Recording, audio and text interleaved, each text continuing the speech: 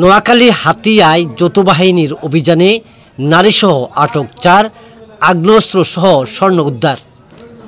নোয়াখালীর হাতিয়া উপজেলার বুড়িচ্ছর ইউনিয়নে কোস্টগার্ড ও পুলিশ যৌথ অভিযান চালিয়ে নারীসহ ৪ জনকে আটক করেছে, যাদের মধ্যে একজন নারী, একজন চোরাইকৃত স্বর্ণ ব্যবসায়ী ও ২ জন দস্যু শামীম বাহিনীর সদস্য।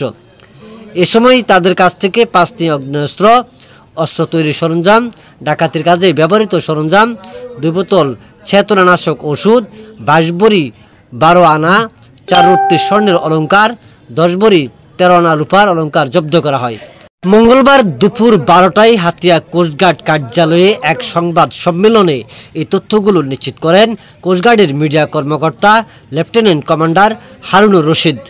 অভিযান সূত্রে জানা গেছে, গোপন সংবাদের ভিত্তিতে সোমবার দিবাগত রাত থেকে মঙ্গলবার সকাল ৮টা পর্যন্ত কোস্টগার্ড ও পুলিশ যৌথভাবে বুড়িচ্ছর ইউনিয়নের দুর্গম এলাকায় অভিযান চালায়। বিস্তারিত কোস্টগার্ডের প্রেস ব্রিফিংয়ে। গোপন সংবাদের ভিত্তিতে গত ৩০ জুন ২০২৫ তারিখ সোমবার মধ্যরাত ২টা থেকে ১ জুলাই সকাল ৮টা পর্যন্ত বাংলাদেশ কোস্টগার্ড স্টেশন হাতিয়া ও পুলিশের সমন্বয়ে নোয়াখালীর হাতিয়া উপজেলাধীন বুড়িচ্ছর ইউনিয়নের দুর্গম এলাকায় একটি বিশেষ অভিযান পরিচালনা করা হয়। উক্ত অভিযানে চলাকালীন সময়ে উক্ত এলাকা হতে শামীম ডাকাত বাহিনীর ২ জন সক্রিয় সদস্য মোহাম্মদ সোহেল, মোহাম্মদ সুমন এবং নারী সহযোগী মুসাম্মদ পারুল বেগমকে ৫টি দেশীয় আগ্নেয়াস্ত্র, অস্ত্র তৈরির সরঞ্জাম, ডাকাতির কাজে ব্যবহৃত সরঞ্জামাদি, ২ বোতল চেতনানাশক ওষুধ, ২ ভরি ১২ আনা তামার ওপর স্বর্ণের প্রলেপ দেওয়া চোরাই হাতের চুড়ি এবং ১০ ভরি ১৩ আনা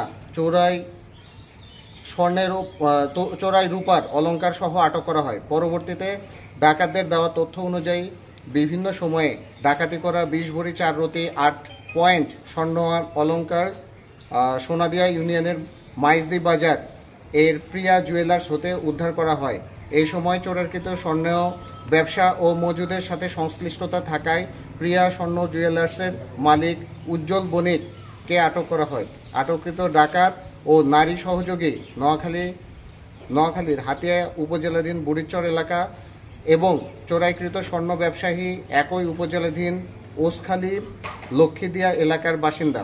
আটককৃত ডাকাত দলের নারী সহযোগী ও চোরাইকৃত স্বর্ণ ব্যবসায়ী সহ জব্দকৃত সকল আলামত এর আইনানুগ ব্যবস্থা গ্রহণের কার্যক্রম প্রক্রিয়াধীন রয়েছে।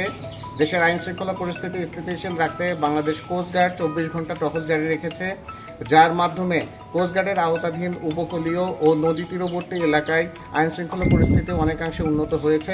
কোস্টগার্ড ভবিষ্যতেও এই ধরনের অভিযান অব্যাহত রাখবে। ধন্যবাদ। আমি lieutenant commander Rifat Ahmed, staff officer operation.